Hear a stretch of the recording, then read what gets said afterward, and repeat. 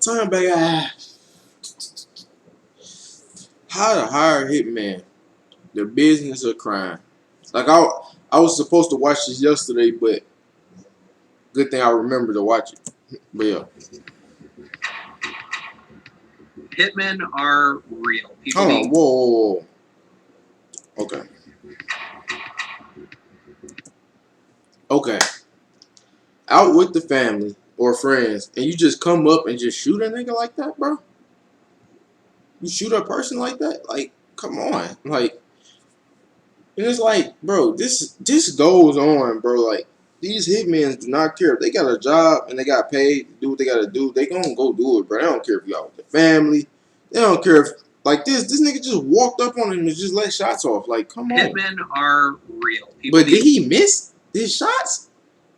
Hold on. It looked like the dude didn't even like get shot, bro. So like, did the nigga just walked up, got close on him, and still missed?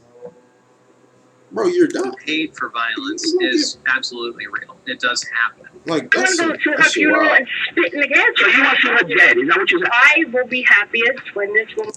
Oh my God, what is being said here? I want to go to her funeral and spit in the casket. Spit in the gas. So you want to see her dead? Is that what you're saying? I will be happiest when this woman is dead and buried and 6 feet under. That's wild. On April 28, 2021, 24-year-old Scott Quinn Burkett allegedly sent $13,000 in Bitcoin across the dark web to a murder-for-hire service from his California home. It seemed a reasonable price for a reliable hitman. Burkett had met a woman online in October 2020. They'd been on a few dates when she'd broken their brief romance off after his sexually aggressive behavior. When client and assassin met, they discussed terms. Burkett wanted a photo of the woman's distinctive tattoo as proof, while the latter wanted an extra $1,000. Negotiations moved smoothly. Details weren't that important as long as the job got done. And some hitmen would provide detailed information about the activities they would perform. So whether you want someone to be kidnapped, whether you want their house to be burned to the ground, whether you want to assault, versus others that were just, tell me who you want me to kill and I'll do it. But the meat wasn't quite what it seemed. In late May, Burkett was arrested at his Beverly Hills home. The supposed hitman was an undercover FBI agent who'd played their part to perfection. If convicted on murder-to-hire charges, Burkett faces up to 10 years in prison. Hold on. If I'm hearing this right, you hire a hitman. The hitman go kill the person. You pay them to go kill the person. And all you get is 10 years? 10? 10? So if I go hire a hitman to go kill somebody, I pay them to go kill somebody and they do it, I can get 10 years for that? That's it? You just took a life. And you talking about 10 years?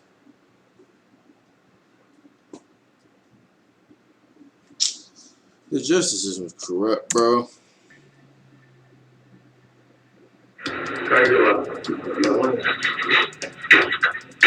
Scholars have defined a hitman as an individual who accepts an order to kill another human being from someone who is not publicly acknowledged as a legitimate authority regarding just killing. For as long as money has existed, there have been plenty of people willing to kill for it. Contract killing is one of the world's oldest professions. After all, organized crime wouldn't get very far without the muscle to intimidate or settle scores. People might hire a killer for all sorts of reasons. They might want to assassinate a political rival, get an insurance payout, or just out of old-fashioned hatred and abuse. I want him more than hurt. Because if it gets hurt, it's not enough. All right, I understand. You want him dead.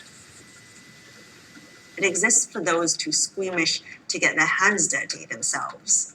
It seems to be individuals who are either in relationships to where they want out, or they are seeking vengeance against a former partner or someone who they feel has done them wrong. Beyond that, we don't really know who is paying hitmen services, but the number of sites that are out there would suggest it must be worth the time if the vendor is willing to pay for the site and maintain it. In many ways, it doesn't get much more secretive. There isn't an assassin's directory with a neat list of names and numbers to call in a jam.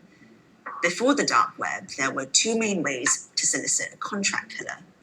Either you knew one through your own dodgy activities, or you knew someone who knew someone. Most hits that do take place are often facilitated by individuals in the real world, not in the digital world. It's mostly people who've been in prison before who aren't afraid of engaging in violence, and you connect with them via social relationships. So it's a person you know or someone you know who knows that individual who makes that connection for you.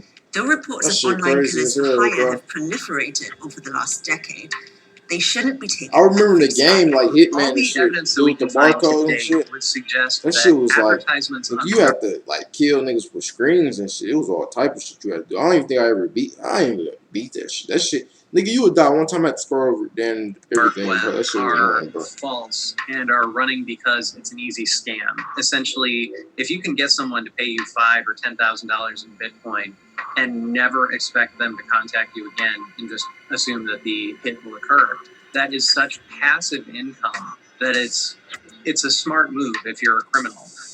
Like any other internet Bro, that shit scam, is not gullibility smart, bro. is the key. After all, you can get That shit almost crazy. anything else on the dark web. And how do you Drugs, niggas even sleep at sex, night, bro? guns. You kill So why somebody not your own that you don't even personal know. killer? You got On paid the to kill dark this web, random person. you have this And you allure sleeping of at night? it being legitimate by virtue of the hidden nature of the dark web. Hiring a contract killer takes more than a mind full of revenge fantasies and access to talk. Sure, it's easy to find people claiming to be freelance mafia capos or moonlighting ex-Green Berets in desperate need of a bit of spare cash. It's just that they'll invariably be talking bullshit. All of this doesn't mean that real contract killers don't exist, or even that they're particularly rare. For those with the cash to do so, mercenaries are an option. These guns for hire are slightly more legit than your typical HTML dark web hitman. Just like any other line of work, contract killing has its own patterns and trends. That In shit 2014, crazy. researchers at Birmingham City University published a study on the British killer for hire. The average cost of a hit in the UK is £15,180. The youngest recorded hitman was 15, the oldest 63.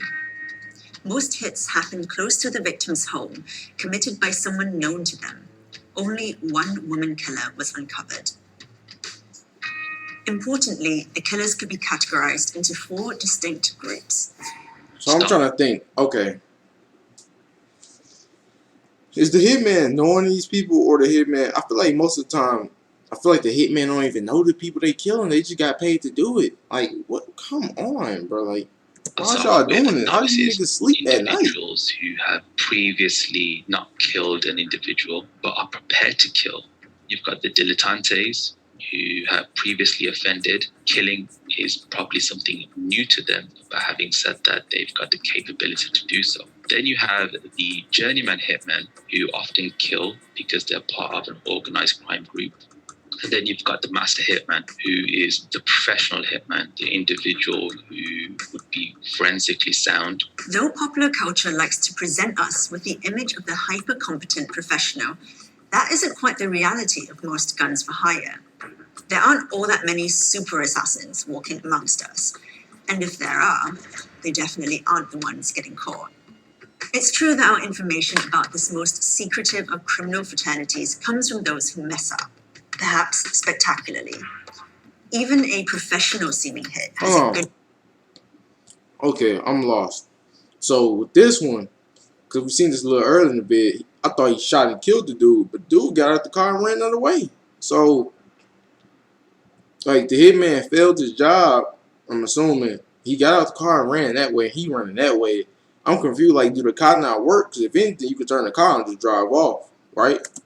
Good chance of going awry. In 2003, a shady underworld figure called David King, Rolex Dave to his friends and enemies, was gunned down outside of a Hertfordshire gym with an AK-47. It was thought to be the first time such a powerful assault rifle had been used in a British gangland slaying. Though the gun suggested a degree of financial muscle and organization, the gunman was still caught after a plastic glove covered in prints was left in a getaway car. Crime doesn't pay. All that risk and minimal reward, days, weeks, months of painstaking planning and paranoia for an average fee that doesn't even top 20K. It isn't a glamorous profession. Violent people, casually capable of appalling acts of violence, are rarely as charming or clever as the films or computer games rely on making out. That isn't to say that they're just a spook story.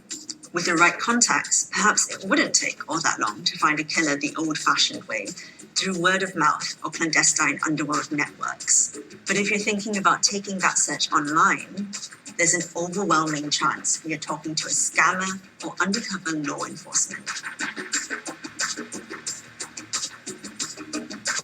Hey man, don't hire no fucking hitman, nigga. Shit, they got a game, hitman, you can play, but real life, no. But yeah, it's gonna do it. Man, like,